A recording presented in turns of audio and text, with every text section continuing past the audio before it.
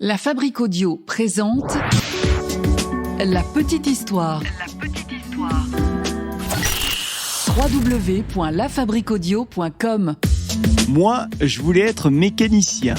Et pourtant, le destin d'Albert Uderzo n'était pas écrit ainsi. Celui qui se destinait à faire carrière dans un garage automobile s'est retrouvé à faire rire finalement des millions de personnes et des générations entières avec ses personnages fétiches que sont Astérix, Obélix et bien sûr Idéfix. Mais au fait, comment tout ça a commencé ? Aujourd'hui, je vous raconte la petite histoire d'Albert Uderzo. D'Uderzo à Astérix, parcours d'un autodidacte talentueux. Ah ouais. Quelle histoire ça aussi.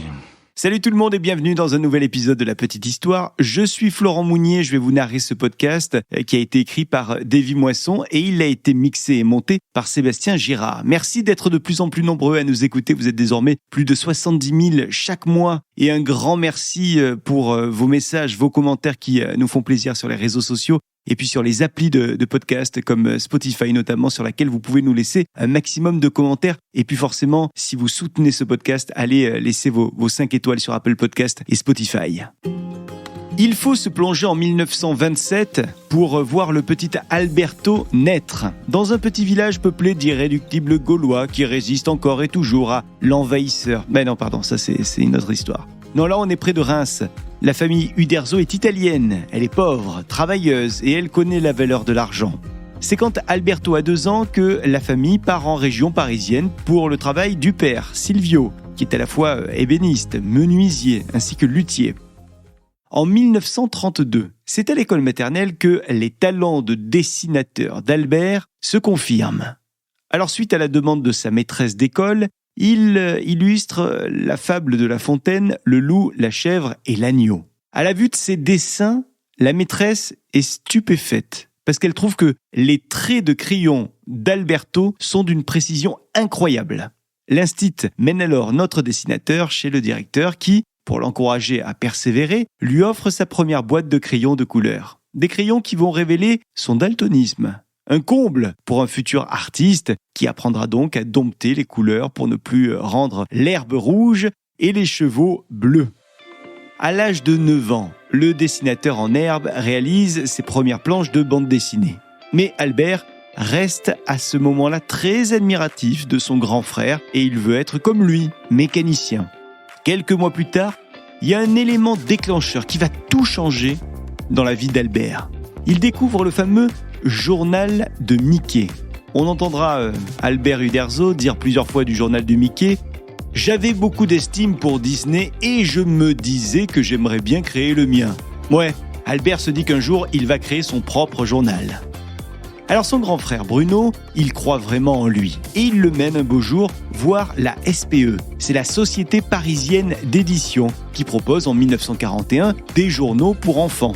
Eh bien ça marche, la SPE lui dit de venir quand il le souhaite et Albert du coup, il finit par rester 1 an pour découvrir à la SPE ce monde qui le fait tant rêver, le monde des dessins, le monde de l'illustration. Il y rencontre pour l'occasion Edmond Calvo, qui est un illustrateur et un dessinateur de renom, qui devient rapidement un véritable exemple pour Uderzo. Année 1940. La Seconde Guerre mondiale est là depuis déjà quelques mois. Alberto, lui, il a 13 ans et il publie dans le journal Boom son tout premier dessin. Uderzo se souvient du jour où il a vu pour la première fois un dessin à lui être publié. Voir son dessin imprimé fut une joie extraordinaire et je me suis dit pourquoi ne pas rentrer moi aussi dans ce métier. Voilà ce qu'il se dit, Albert Uderzo, quand il voit son premier dessin. Pourquoi ne pas rentrer dans ce métier ? C'est vrai ça, pourquoi ? Parce qu'à l'époque, son père, il s'y oppose fermement. Il faudra une fois de plus l'appui de son frère, Bruno, pour que le destin d'Uderzo puisse prendre forme. Le frérot l'emmène en Bretagne. Et l'adolescent, Uderzo, tombe amoureux des paysages, des lieux de Bretagne, au point que, d'ailleurs, la Bretagne va devenir plus tard, vous le savez, le fief du village des irréductibles Gaulois. Alors après être rentré sur Paris, Uderzo décide de ne plus travailler avec son père. Il a alors 18 ans et il veut se plonger, lui, dans le monde du dessin. C'est décidé, c'est finalement dans le dessin et dans le dessin animé d'ailleurs qu'il va se retrouver. Une expérience dont il ne gardera pas un souvenir mémorable, le dessin animé. Alors on oublie cette période peu heureuse pour revenir au dessin pur et dur, et un jour, Uderzo ressort vainqueur d'un concours de BD qui a été proposé par France Soir, le magazine. Ce concours lui permet de sortir un album, l'album Clopinard, et même de se faire engager dans la foulée dans le journal Hockey. Bon, malheureusement, à 20 ans, le service militaire le rattrape pour, non pas 1, mais 2 années loin de ses crayons. Il patiente donc, et après ces 2 ans, il est enfin dégagé de ses obligations militaires. Et Uderzo se fait donc engager par France Dimanche pour du dessin de presse. Le garçon n'a pas trop le choix, il doit gagner sa vie, mais professionnellement, on ne peut pas dire qu'il soit vraiment épanoui en faisant du dessin de presse. Heureusement, 2 ans plus tard, la route d'Albert croise celle du scénariste Jean-Michel Charlier. Les deux se lient d'amitié et ils finissent par faire des dessins et des scénarios ensemble. Et ils vont connaître le succès avec les aventures des aviateurs Tanguy et la Verdure, Blueberry et puis beaucoup d'autres personnages. Uderzo s'est enfin fait un nom, ça y est, et ça ne fait que commencer. Car c'est à 25 ans que sa destinée à Uderzo va changer pour toujours grâce à une rencontre. Albert Uderzo aime d'ailleurs raconter cette histoire. J'arrivais du 11e. René Goscinny, lui, il arrivait de New York. Il rêvait d'être dessinateur, mais son sens du scénario était bien meilleur. On avait envie de chambouler les choses à 2. Et comme on s'accordait bien, on a décidé de combiner nos disciplines, lui, le scénario, et moi, le dessin, et ça a été un coup de foudre.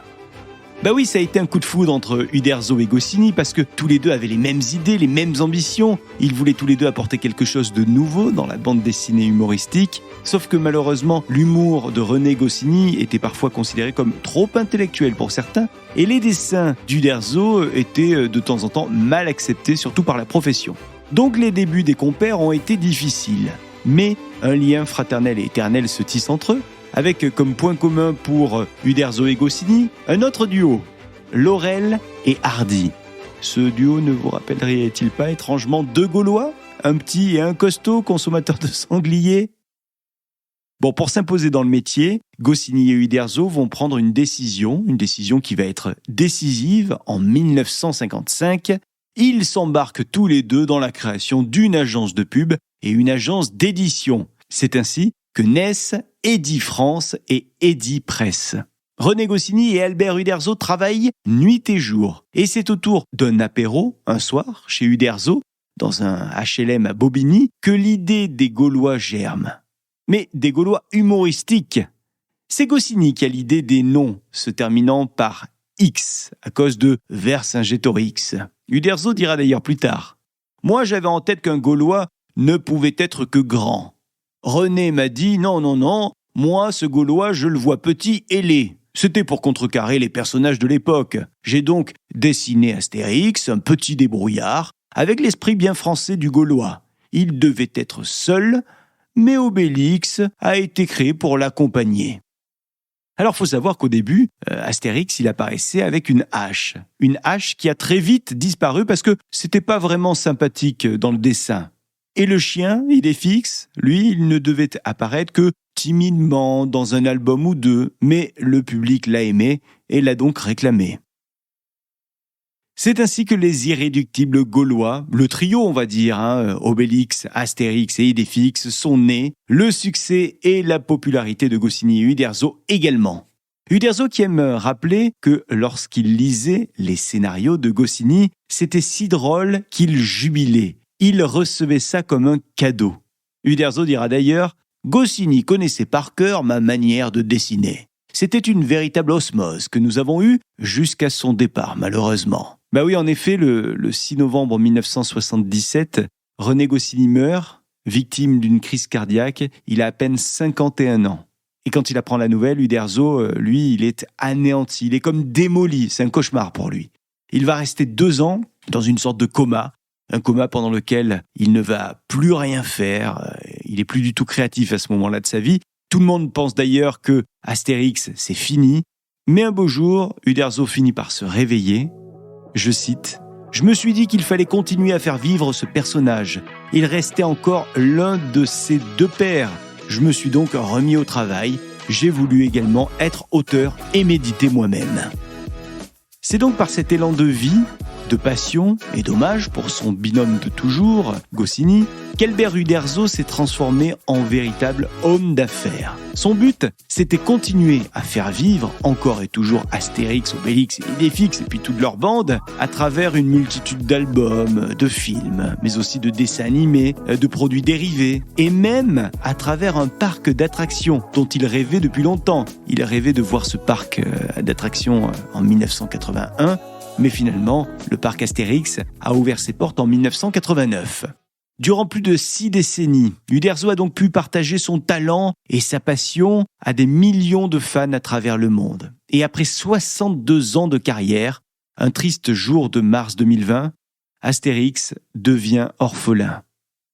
Uderzo meurt, il meurt également d'une crise cardiaque à 92 ans, et il laisse derrière lui un empire gaulois qui ne risque pas de disparaître, lui, bien au contraire, puisque après la sortie d'Astérix et le Griffon, BD la plus vendue sur l'année 2021 avec plus d'1 million d'exemplaires écoulés, eh bien c'est au tour de l'Iris Blanc, le 40e album d'Astérix et Obélix, de voir le jour. Cette nouvelle aventure est disponible depuis le 26 octobre 2023. Si Astérix et Obélix détiennent donc la potion magique de l'invincibilité, on peut dire que Uderzo et Goscinny, eux, ils ont trouvé la potion magique de l'immortalité au travers d'une bande de Gaulois, décidément éternelle. Voilà pour cette petite histoire du père d'Astérix et Obélix et Idéfix. C'est Davy Moisson qui a écrit cette petite histoire, qui a été réalisée, mixée par Sébastien Girard. J'ai eu l'occasion de vous la narrer. On se retrouve dans une semaine avec une nouvelle petite histoire. Et d'ici là, n'hésitez pas à nous laisser vos commentaires. On les attend sur les plateformes d'écoute de podcast. La Fabrique Audio présente La Petite Histoire. Vous souhaitez devenir sponsor de ce podcast ? Contact @lafabriqueaudio.com. Avant de partir, je vous rappelle qu'on recherche un sponsor pour La Petite Histoire. Vous souhaitez parler de vous dans ce podcast, dans un épisode de La Petite Histoire, ou dans plusieurs épisodes d'ailleurs, ça peut être pour toute la saison.